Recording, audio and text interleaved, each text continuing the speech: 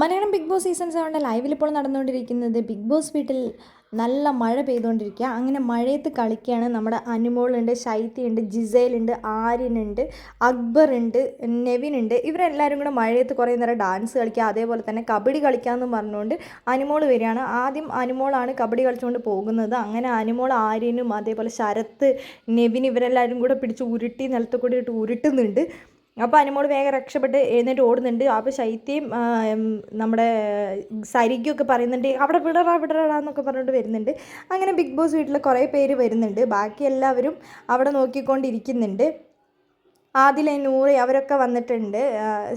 നമ്മുടെ രേണു ചേച്ചി അവരൊന്നും വന്നിട്ടില്ല. അഭിലാഷ്, അനീഷ്, അതേപോലെ ഷാനവാസ് അവരെല്ലാവരും അവിടെ നോക്കിക്കൊണ്ടിരിക്കുകയാണ്. നല്ല മഴയാണ്, നമുക്ക് കബഡിയൊക്കെ കളിക്കാൻ നിങ്ങളൊക്കെ വാന്ന് പറഞ്ഞിരിക്കുന്നുണ്ട്.